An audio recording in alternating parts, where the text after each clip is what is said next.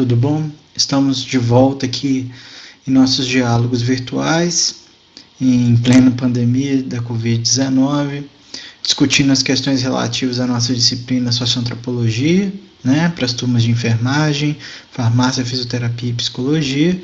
Hoje com um tema novo, ainda dentro daquele capítulo que é Sociologia, do Anthony Giddens, a respeito das abordagens teóricas modernas. Hoje a gente vai discutir um pouquinho a respeito do funcionalismo, das teorias do conflito e do interacionismo simbólico, ok? Então, espero que seja de proveito nossa discussão de hoje, a respeito dessas chamadas abordagens teóricas modernas. Algumas delas extremamente influentes nas discussões sociológicas do nosso cotidiano. Então estão aí destacadas essas três abordagens, as quais o Giddens dá maior destaque nesse capítulo, Ele comenta algumas outras questões a respeito das abordagens teóricas em sociologia, da macrosociologia, mas a gente vai dar um destaque um pouco maior a essa discussão aqui, dessas três correntes das chamadas abordagens teóricas modernas. Então, o funcionalismo, as perspectivas do conflito, o interacionismo simbólico, que são correntes sociológicas que receberam influência dos autores que a gente já discutiu, Durkheim, Marx e Weber especificamente. O funcionalismo, na verdade, também tem uma influência da sociologia do Auguste Comte. Bebe muito, especificamente, na obra do Comte, na obra do Durkheim, mas muito mais fortemente na obra do Durkheim. As discussões do Durkheim estão muito casadas com a perspectiva do funcionalismo, A gente vai conversar a respeito disso a partir de agora. Então, fazendo uma introdução ainda, conforme o Giddens destaca lá no capítulo, as três abordagens teóricas, o funcionalismo, a abordagem do conflito e o interacionismo simbólico, têm conexões, como eu já disse, com Durkheim, Marx e Weber. Adicionando que o funcionalismo também tem contato com a obra do Comte, mas mais fortemente com as perspectivas traçadas pelo Durkheim, com a sociologia do Durkheim. E aí, passando a discutir especificamente essas questões do funcionalismo, diz o Giddens para nós: o funcionalismo diz que a sociedade é um sistema complexo, cujas várias partes atuam juntas sistemicamente para produzir estabilidade e solidariedade. Só daí a gente já vê o afinamento que existe entre essa perspectiva e a obra do Durkheim, que a gente já teve a oportunidade de discutir. Segundo essa abordagem, a disciplina da sociologia deve investigar a relação de partes da sociedade entre si e com a sociedade como um todo. Ou seja, como esses elementos que constroem a sociedade atuam conjunta ou sistemicamente para fazer com que essa sociedade funcione. Ou melhor, sendo mais durkheimiano, como essa sociedade pode manter a coesão. Essa é a principal preocupação do Durkheim será a principal preocupação de investigação entre os funcionalistas. Então, no caso, como as instituições sociais especificamente fazem para se manter funcionando e manter a sociedade funcionando, no fundo disso tudo, Que a grande preocupação dessas instituições sociais seria justamente isso, fazer com que a sociedade funcionasse de maneira coesa, de maneira solidária nos termos colocados pela obra do Durkheim, a solidariedade orgânica e mecânica. Estudar a função de uma prática ou uma instituição, ou seja, o objetivo daquela instituição ou daquela prática social é analisar a contribuição que aquela prática ou instituição, religião, educação, justiça e botem bastantes etc. aí, trazem para a continuidade da sociedade. As instituições e as práticas, elas são recheadas de sentido, de objetivo. Nesse sentido, os objetivos sempre vão girar em torno, segundo o funcionalismo, do cuidado para que essa sociedade se mantenha ativa, funcionando de maneira coesa, que a coesão seja cuidada, preservada, garantida. As instituições e as práticas vão girar sempre em torno deste objetivo específico, segundo o funcionalismo. Ou seja, cada uma das questões que envolvem a nossa vida coletiva estariam recheadas de significado nesse sentido. Aquilo que a gente faz, por exemplo, numa festa de Natal, não é apenas um culto a vida, ou do ponto de vista religioso, a comemoração do nascimento de Cristo, ou seja, um sentido, né, carregado de outras razões para além de comer e beber a uma mesa, etc. Mas pode reunir, na verdade, uma porção de sentidos e todos eles teriam um único objetivo geral, que seria o quê? Manter a coesão da família. A coesão daquela família estaria diretamente ou sistemicamente ligada à coesão de outras famílias, e assim por diante, etc, etc. Os funcionalistas, incluindo Comte de Durkheim, como já mencionado, costumavam usar uma analogia orgânica, voltamos àquelas discussões lá, para comparar a operação da sociedade com o de um organismo vivo. Coloquei até esse corpo aí, né? Uma caveirinha. Cada um dos órgãos tem um papel, cada um dos órgãos tem um objetivo, cada um dos órgãos atua fundamentalmente de maneira sistêmica com os outros. O corpo não funciona perfeitamente sem a presença de um desses elementos do sistema. Ele vai funcionar de maneira mais dificultosa ou de maneira débil se faltar um desses elementos que compõem o corpo. Então eles fazem esse tipo de analogia, usam esse silogismo para explicar o funcionamento da sociedade. Nós somos parte desse sistema e precisamos atuar em sintonia com as outras partes. E há partes, talvez, que tentem organizar essas menores, que seriam as células, ou seja, os indivíduos, de forma que esses indivíduos se prestassem durante a sua vida a trabalhar, a viver em nome da própria coesão social. Então, os funcionalistas estão tentando entender como é que esse tipo de processo pode se desencadear. Eles argumentam que as partes da sociedade funcionam juntas, como eu acabei de dizer, assim como as várias partes do corpo humano, para o benefício da sociedade como um todo. Leituras outras a respeito desse tipo de argumentação podem indicar que a supressão total do indivíduo pode representar, na verdade, um perigo à existência das pessoas. Se as instituições, se a própria sociedade sempre é maior do que o indivíduo, sobre suas questões próprias, etc. Essa é uma boa discussão. Os funcionalistas são muito criticados por conta disso, por conta dessa massividade do peso do fato social, voltando lá especificamente na obra do Durkheim, ou nessa questão de como as práticas sociais tradicionais, ou mesmo as instituições sociais sempre trabalham para enquadrar as pessoas dentro de suas regras em nome da coesão. O funcionalismo enfatiza a importância do consenso moral, voltamos em Durkheim, mais uma vez, por manter a ordem e estabilidade na sociedade. Ordem e estabilidade que muitas vezes vão ser garantidas a partir de ações que vão, de fato, enquadrar os indivíduos de maneira muitas vezes violenta dentro das regras colocadas ali. O consenso moral existe quando a maioria das pessoas na sociedade compartilha, portanto, os mesmos valores ou são levadas a compartilhar os mesmos valores, sem que elas consigam enxergar, vamos voltar lá no conceito de imaginação sociológica, quais são os significados desses consensos, desses valores, dessas questões que são muitas vezes observadas, aceitas e respeitadas de maneira cega, de maneira inquestionável. Os funcionalistas consideram a ordem e o equilíbrio, seja lá o que isso represente, como um estado normal da sociedade. A ausência de problema é a saúde da sociedade. Esse equilíbrio social baseia-se na existência do consenso moral entre os membros. Então, não tem problema nenhum, quer dizer que está tudo bem. Outras perspectivas sociológicas vão dizer que a ausência de perturbações que sejam nitidamente percebidas não significa uma saúde daquela sociedade especificamente.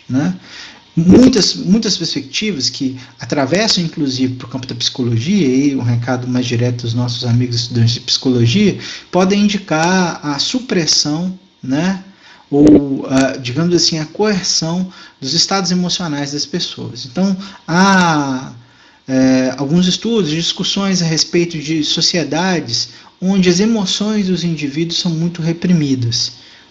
E como isso leva, muitas vezes, a uma série de problemas do ponto de vista da saúde mental. Ou seja, aquelas sociedades são certinhas, teoricamente não acontece uma gama muito variada ou numerosa de problemas, no entanto, as pessoas estão passando por dificuldades e muitas vezes de fundo emocional, de fundo psicológico, psiquiátrico. Então, algumas sociedades do norte da Europa são assim indicadas, algumas sociedades orientais também, como a japonesa, mais especificamente, onde os sorrisos são difíceis, os abraços são raros, etc. Tudo está funcionando, mas talvez não para todo mundo. Então, essa é uma discussão também que é interessante da gente pensar. Então, dentre os funcionalistas, né, para além do Durkheim, para além do próprio Auguste Comte, o Giddens destaca dois, aí, mas vai falar mais de um, especificamente. Ele destaca o Talcott Parsons e o Robert Merton. Os dois são norte-americanos, estadunidenses. Né? Os dois viveram no século XX. O Merton, na verdade, morreu agora no século XXI. O Merton, especificamente, tem uma obra muito legal que é destacada pelo Durkheim, Durkheim na cabeça, pelo Giddens aí no texto dele. Né? Então, o Giddens fala mais das questões colocadas em pauta pelo Robert Merton e discute muito parcamente aquilo que significou a sociologia funcionalista do Talcott Parsons. Então, ele coloca aí a respeito da sociologia do Merton, né, como ele faz distinções entre os tipos de funções que existem na sociedade, segundo a perspectiva dele. Então, ele indica dois tipos específicos, né, funções que ele chama de manifestas e funções que ele chama de latentes. Esse é um conceito bem interessante, na minha opinião. Ele fala que as funções tidas por manifestas são aquelas conhecidas e pretendidas pelos participantes de um determinado tipo de atividade social. Então, é quando a gente executa um determinado ato, uma ação social específica, e a gente sabe exatamente o que ela significa e o que a gente quer com ela. Né?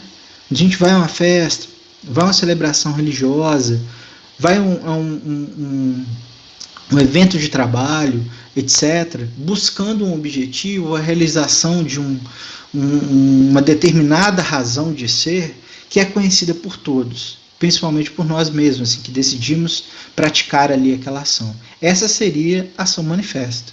A gente sabe exatamente para o que ela é feita, por que ela é feita, quais são seus sentidos, objetivos, enfim. De outro lado, a gente tem as chamadas funções latentes. E o que seriam essas funções latentes? Elas seriam as consequências das funções manifestas, mas que a gente não consegue enxergar. Lembra daquele exemplo do Natal? Todo mundo vai para o Natal, muitas vezes, movido por uma função manifesta. E, no entanto, não consegue perceber quais são as funções latentes. Então, você vai para a ceia do Natal, se reúne com as pessoas, come, bebe, muitos oram ou rezam, etc. Mas não conseguem, muitas vezes, nitidamente perceber quais são as funções latentes existentes naquele momento. Ou seja, coesão social, para além do ato religioso, o ato religioso por trás dele, a reunião da família, o que há por trás dela, como é que aquilo é disseminado socialmente por diferentes instituições sociais, que dizem para a gente, olha, é chegado o Natal.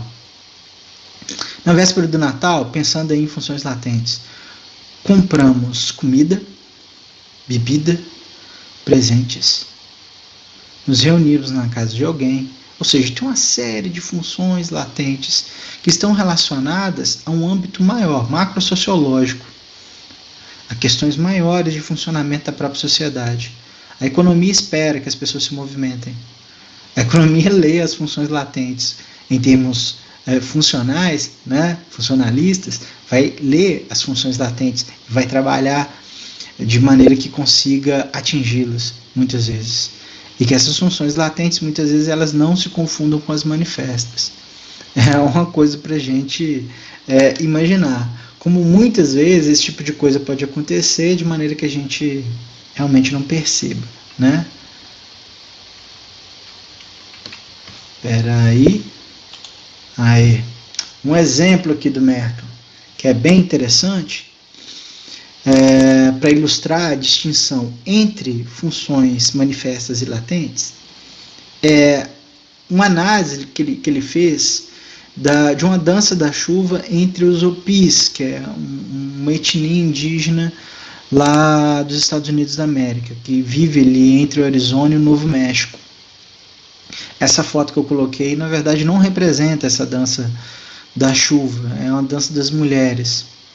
Mas foi uma das melhores fotos que eu consegui observar de um ato ritual entre os Opis, né?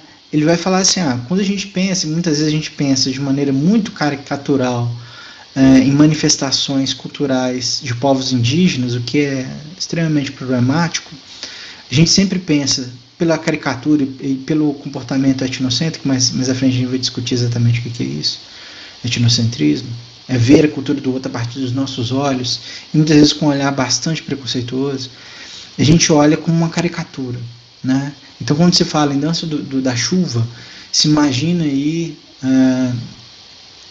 um indígena dançando de maneira caricatural, pedindo chuva, etc. E se faz daquilo uma imagem jocosa, enfim. E essa seria, para um ocidental comum como nós, uma função, algo próximo de uma função latente na caricatura, né? A pessoa está pedindo chuva, né? Está ali realizando um ritual que é religioso, pedindo às forças da natureza, enfim, aos deuses, que envie chuva. Mas por trás dessa face visível, ou seja, dessa função manifesta, há uma função latente. Então é interessante a análise que ele faz, né? Os Opis acreditavam que a cerimônia traria chuva que precisavam para a colheita, né? Essa é a função manifesta para os Opis. É por isso que a organizavam e participavam do ritual. Porém, a dança da chuva, segundo Merton, usando a teoria da religião de Durkheim, também tem um efeito de promover a coesão da sociedade Opi. É a função latente. O Natal, o Réveillon, o Carnaval. Aí notem, o Carnaval pode ser indicado inclusive como um momento de desregramento da sociedade, ou teoricamente uma ameaça à coesão, uma ameaça à estabilidade, etc, etc. E não é. O funcionalismo inclusive pode colocar que a função latente do Carnaval é manter justamente a coesão, porque se apresentaria não só como festa de desregramento, ou seja, de ausência de regras, mas uma suposta ausência de regras que mantém as regras funcionando. Não sei se eu estou me fazendo entender, mas é uma lógica parecida, isso algumas pessoas discutem, né? Alguns autores discutem por essa via, há outras possíveis, mas que essa festa de desregramento ela serve como uma espécie de válvula de escape. Entende? Ou seja, a tensão chega em um determinado momento que ela precisa de um extravaso. E esse extravaso, por exemplo, pode ser retratado no carnaval. Ou seja, as pessoas acreditam que aquilo ali é só uma festa, mas tem uma função, essa é a função manifesta, da perda das regras, etc. Mas por trás há uma função latente que é de garantir a coesão no fim da festa. Interessante também pensar por esse lado. Uma parte importante da explicação sociológica, segundo Merton, consiste justamente em descobrir quais são as funções latentes de atividades e instituições sociais com as quais nós lidamos absolutamente todo dia. Então, para ele, isso seria interessante para a sociologia, de fato, trabalhar. Descobrir quais são as funções latentes que nos cercam dia após dia. O Merton também fazia uma distinção entre funções e disfunções. A disfunção é um problema, né? Procurar os aspectos disfuncionais do comportamento social significaria concentrar-se em aspectos da vida social que desafiam a ordem das coisas existentes. Então, quando as coisas deixam de funcionar, quando determinados atos sociais se tornam uma ameaça à coesão, o Merton considerava esses episódios como disfunções sociais. As disfunções deveriam ser, obviamente, corrigidas. Os funcionalistas, muitas vezes, escrevem como se as sociedades tivessem necessidades e propósitos específicos, bem programados. Essa é uma crítica muito pertinente com relação ao funcionalismo. Como se tudo fosse muito previsível e tudo muito determinado ou pré-determinado. A margem de atuação dos indivíduos acaba ficando muito pequena, né? Essa é uma questão que proporciona uma crítica que é muito pertinente nesse sentido. Esses conceitos somente fazem sentido quando aplicados a seres humanos individuais. ou quando esses seres humanos individuais se juntam e atuam coletivamente. E a imprevisibilidade, ela deve ser levada em consideração nesse sentido. Então, há muitas críticas contra o funcionalismo por conta desse tipo de questão especificamente. E aí a gente parte para as perspectivas do conflito. Então, se para os funcionalistas a sociedade ela ganha sentido na busca obstinada da coesão, para as perspectivas do conflito, aquilo que move a sociedade é aquilo que provém do atrito, aquilo que provém justamente das nossas posições conflituosas, nossos conflitos, sobretudo por poder, por espaço, né? Então, como os funcionalistas, os sociólogos que empregam as chamadas teorias do conflito enfatizam a importância das estruturas sociais. Nisso aí a gente lembra de quem? Karl Heinrich Marx, né? Todavia, os teóricos do conflito rejeitam a ênfase do funcionalismo no consenso. Ao invés disso, eles destacam a importância das divisões da sociedade, como a divisão de classes, por exemplo, bem trabalhada por Karl Marx. Então, essa é uma das questões centrais. E como essas divisões de classe, ou divisões de grupo, geram os atritos que movimentam a própria estrutura social ao longo do tempo. Concentram-se, os sociólogos da perspectiva do conflito, em questões de poder, desigualdade e luta. Nos aproximamos mais uma vez das questões relativas à obra de Marx, mas não apenas ele. Lembre-se que o Weber também trabalha com questões relativas a isso, as questões relativas ao poder. O conceito de dominação do Weber é muito importante nesse sentido. Né? Os teóricos do conflito analisam as tensões entre grupos dominantes e dominados na sociedade e tentam entender como as relações de controle se estabelecem e como elas se perpetuam ou não, como elas podem ser, inclusive, quebradas em um determinado momento, como uma contração dos grupos tidos por dominados. Né? O Marx trabalha isso muito. Quando ele fala da burguesia, a burguesia ela inverte uma ordem social vigente no modo de produção feudal, por exemplo, né? Para criar o capitalismo. O Weber está interessado também em entender o capitalismo, está interessado em entender como os circuitos de poder se formam. Mas, de outro lado, ele pensa em como isso é possível a partir da atuação dos indivíduos, a partir do conceito central, que é o de ação social. Nem todas as teorias do conflito adotam a perspectiva marxista, como eu já disse, alguns teóricos estão mais ligados à obra do Weber, justamente por essa discussão dele em torno das questões do poder. Influenciado tanto por Marx quanto por Weber, o Ralph Dahrendorf, argumenta que os funcionalistas somente consideram um lado da sociedade, aqueles aspectos da vida social em que há harmonia e entendimento. Crítica, no meu entendimento, muito válida.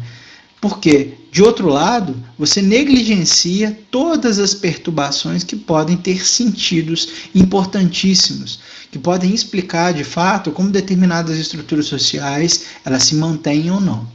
Né? Se eu só observo e só me importo quando há silêncio, eu deixo de lado tudo aquilo que o barulho pode me ensinar, digamos assim.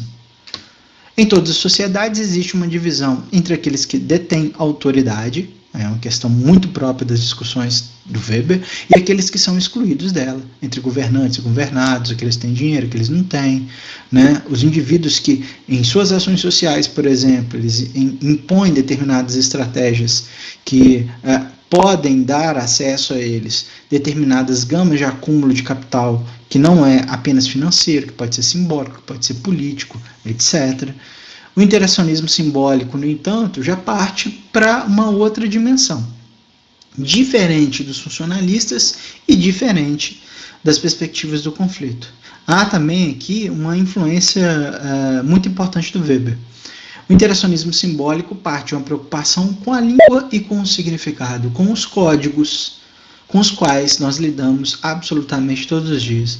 Agora aqui, nessa nossa relação virtual, nós estamos lidando com códigos. Vocês estão me lendo a partir de códigos que estão expressos na linguagem. A linguagem, por exemplo, expressa nos meus gestos, expresso no texto que está aqui também impresso na imagem desse vídeo, com o próprio vídeo, né? A linguagem audiovisual é uma linguagem que gera determinados tipos de apelos que são diferentes, por exemplo, do texto sozinho, ou do áudio sozinho.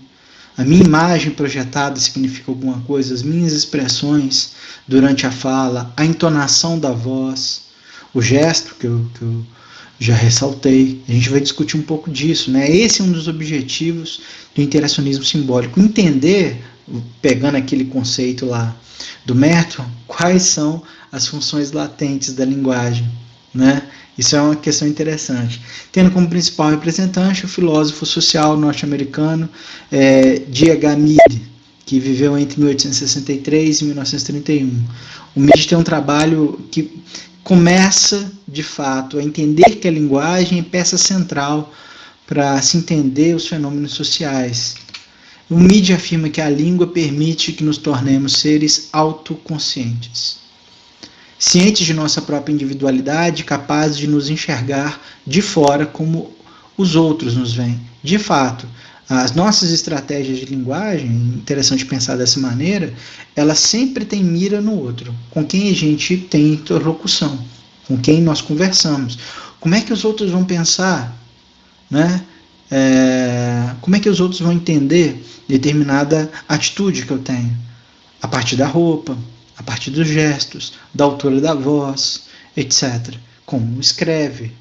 O comportamento, incluindo aí a maneira como a gente apresenta o corpo, é uma maneira de comunicação.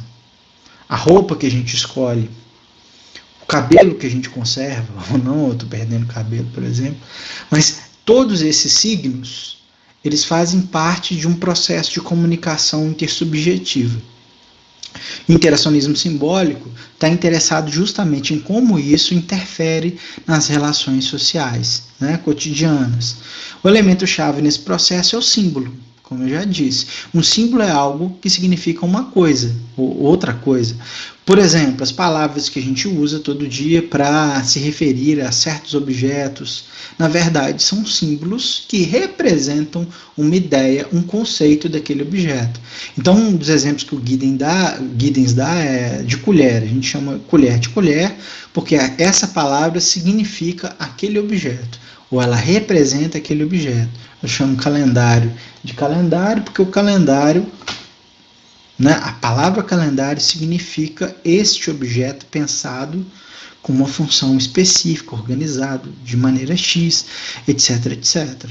Né? Tem uma discussão entre os filósofos, por exemplo, chamados naturais, que é quando a gente atribui nome às coisas ou aos animais, a gente pensa no conceito daquela coisa, não na coisa em si.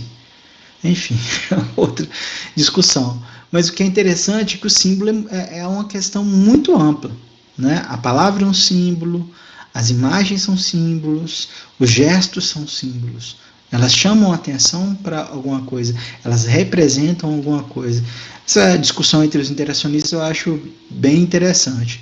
Gestos ou formas de comunicação não verbais são símbolos, como eu acabei de dizer. Abanar para alguém, né? Abanar a mão, dar um tchauzinho, ou usar de outros gestos não tão amistosos, né? Tem um valor simbólico muito grande. A gente costuma, quando é parte de uma mesma sociedade ou de uma mesma de um mesmo contexto social, a gente consegue fazer uma leitura exata do que o símbolo representa. Quando nós fazemos parte de outras ordens culturais, outras formas de organização da própria sociedade, nós muitas vezes não conseguimos fazer uma leitura plena daqueles gestos. Culturas diferentes têm significados diferentes para gestos que a gente tem como absolutamente naturais. Podem ter leituras diferentes. Então notem, no finalzinho aqui eu vou mostrar um vídeo de estrangeiros tentando ler os nossos gestos mais habituais, alguns deles pelo menos. Em algumas culturas, gestos que não têm sentido nenhum para a gente têm um sentido inclusive perigoso. Então em algumas regiões onde a religião predominante é o Islã, por exemplo,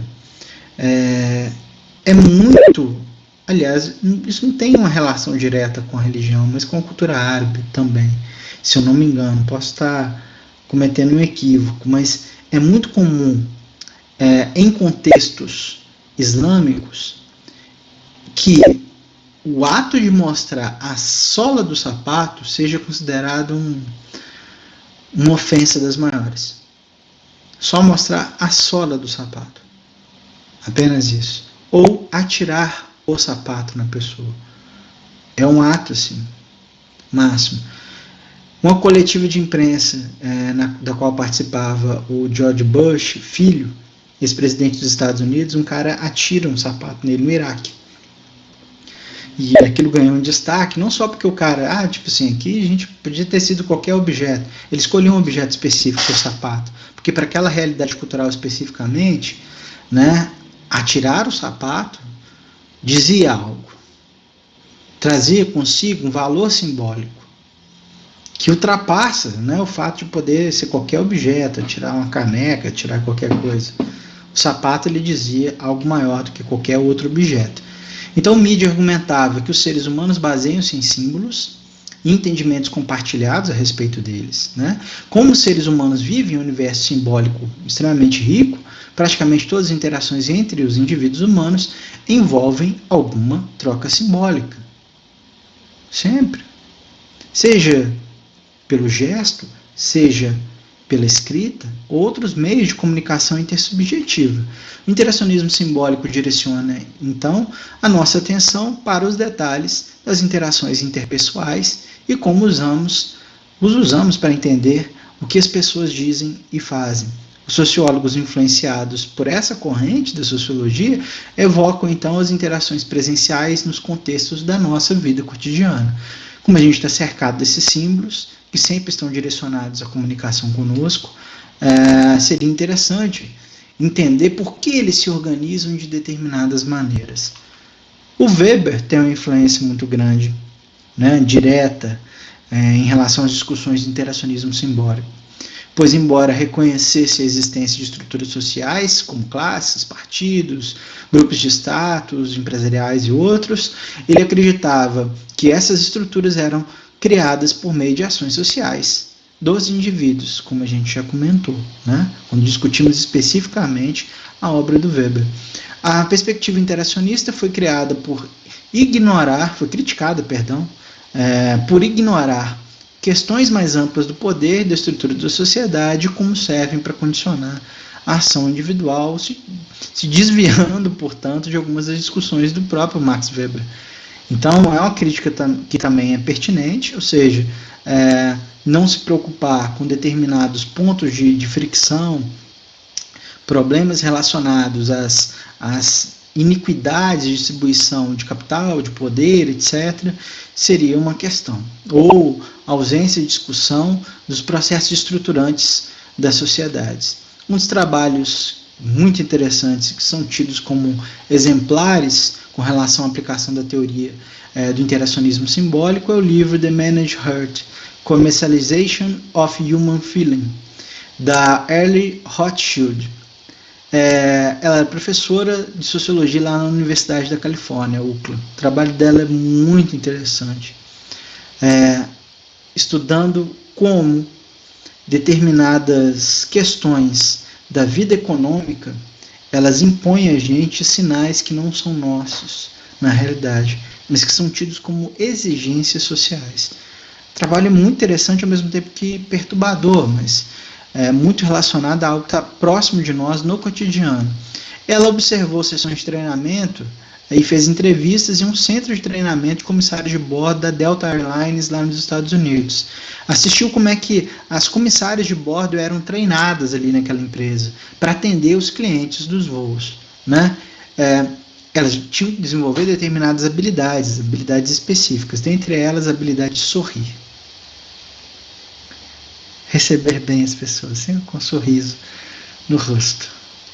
Bom dia, boa tarde, boa noite, etc. A gente vê isso muito em vários lugares, em vários serviços prestados.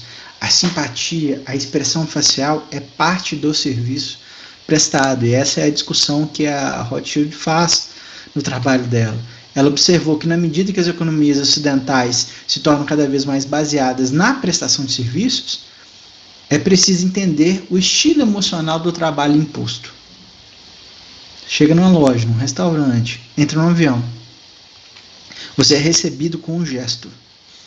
Esse gesto significa alguma coisa. E esse gesto é imposto ao trabalhador como obrigação, parte do trabalho dele, mesmo que o trabalho seja horrível. Mesmo que o trabalho seja uma verdadeira tortura, muitas vezes. O chamado treinamento do trabalho emocional. Isso acontecia lá nesse contexto da Delta Airlines. As futuras comissárias de bordo recebiam um tratamento emocional, ou um trabalho emocional para condicionar o próprio corpo a produzir determinados gestos. Gestos que eram entendidos como parte dos serviços prestados pela própria empresa aos seus clientes. Exige, portanto, que o indivíduo controle seus sentimentos para criar uma expressão facial e corporal que possa ser observada e aceita publicamente. Não basta ela ser vista, ela tem que ser entendida como correta, ela tem que ser reconhecida como aquela que se espera de fato. Segundo a Rothschild, as empresas para as quais você trabalha não apenas fazem exigências quanto aos seus movimentos físicos, mas também em relação às suas próprias emoções. Seu sorriso pertence à empresa enquanto você trabalha. Olha que loucura. O sorriso significa algo. O gestual físico significa algo. Mesmo que você esteja num péssimo dia, você tem que obedecer a esse tipo de interação simbólica que é completamente distoante daquilo que você sente ao longo de sua experiência naquele mesmo dia ou de como sua vida estruturalmente esteja. Não deixa de ser algo que a gente pode relacionar, por exemplo, a outros momentos ou outros caminhos de interação que não apenas esse do universo do mercado de trabalho, desse tipo. Uma aeromoça, uma atendente de uma loja, etc. Pensem nas redes sociais hoje. São redes da felicidade. As fotos são sempre bonitas, as pessoas estão sorrindo, as pessoas estão curtindo em um lugar louco, viajando para lugares maravilhosos, estão numa festa, bebendo gin, tomando cerveja, fazendo churrasco e tal, estão todas felizes. Não tem tristeza, não tem desafio, não tem a vida real, muitas vezes. Mas é uma exigência social. A construção de uma representação da possível felicidade. As pessoas ganham likes com isso cotidianamente. Um curtidinho, um compartilhamento, um comentário fofo e um pedido para seguir de volta. Isso para algumas pessoas, inclusive, virou trabalho, né? Chamados influenciadores sociais. Vende, né? Ou melhor, vende-se a interação a partir de um código, o próprio corpo, os gestos, a foto no Instagram. É uma questão interessante para a gente pensar as possibilidades em torno do chamado interacionismo simbólico, né? De como a gente pode também ler quais são, né, as extensões desse tipo de possibilidade em termos sociológicos no nosso cotidiano. E ainda pensando nesse sentido, eu vou passar aqui para vocês um videozinho de pessoas, né, de estrangeiros tentando ler os nossos gestos, né? Ok? Para a gente ver como é que eles pensam. Alguns são universais, esse é universal, esse também é universal, esse aqui menos conhecido, etc. Mas alguns dependem dos acordos ou das compreensões, dos conteúdos simbólicos específicos que existem em um determinado grupo, em um determinado espaço cultural. Aí esse vídeo que foi feito pela Babel, que é um curso de línguas, um aplicativo de línguas alemão, é bem interessante. Né? Você pode aprender várias línguas a partir do Babel, né? Tem um aplicativo, tem um site e tal, que você pode entrar lá e fizeram um vídeo nesse sentido. Aí vão dar uma olhadinha para vocês verem como é que os estrangeiros reagem aos nossos gestos cotidianos. É bem curioso.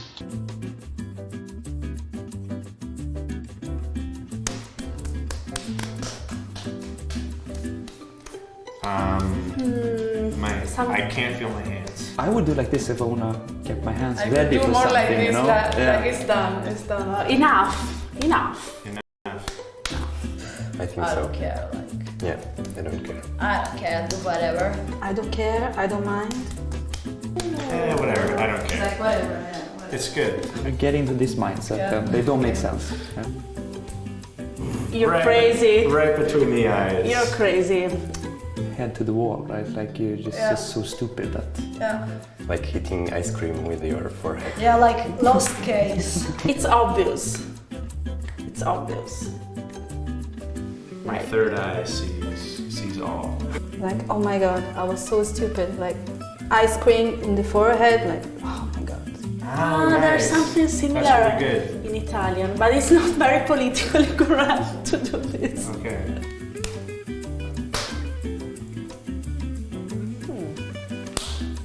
Now, it's so stupid. It's like you're I don't know. finish. Over. Coitus? Done? I don't know. I really don't know. We don't have this, really. I think it seems like a threat, maybe. I'm gonna punch you in your face. it's not a good sign, I think. It's I'm screwed. You're screwed. I mean,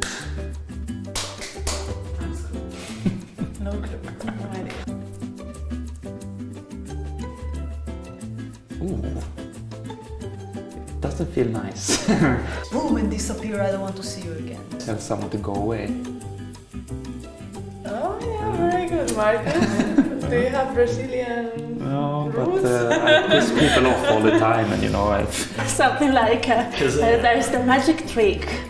Yeah. Here's the solution. I get it. Yeah, I'm getting a magical vibe. Yeah. So like, ta-da. Yeah. Abracadabra. Get out. Like, leave. Oh, well, this is universal, I guess. Get out. Get it out. We're not very good at this. I think Pedro does this one very often. This is like, hello, are you awake? Are you following me? Well done. It has to continue like this. But it has Ground control, tomato tone. But it has this round thing going on. So you think like, let's get this party started. Yeah. It's taking too long. I was waiting on the line for ages. Oh my god. okay. Yeah, speed it up.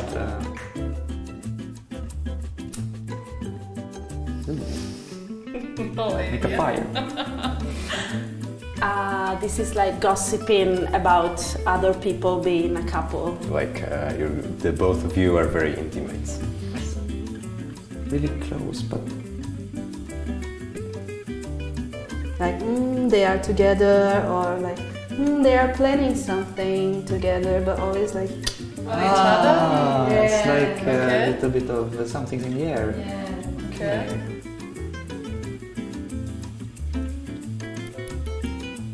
If you do it from someone, it's like a kid, either like, oh, good kid. I'm guessing I'm getting a really random idea that it means sort of like I'm feeling lucky. It's like I can't believe what I'm hearing. No. It's really good. Like it's from here. it's very, very good, like, delicious. It's from here. That's interesting. Delicious. That's quite cute. I like that. E é interessante, né? É diferente daquilo que a gente imagina, que as pessoas sempre vão saber o que os nossos gestos significam, mas na verdade cada cultura guarda para si um conteúdo simbólico específico no próprio gestual, nas roupas, e isso tem obviamente muita relação direta com a maneira como essas sociedades elas são organizadas. Enfim, chegamos ao final da nossa aula de hoje.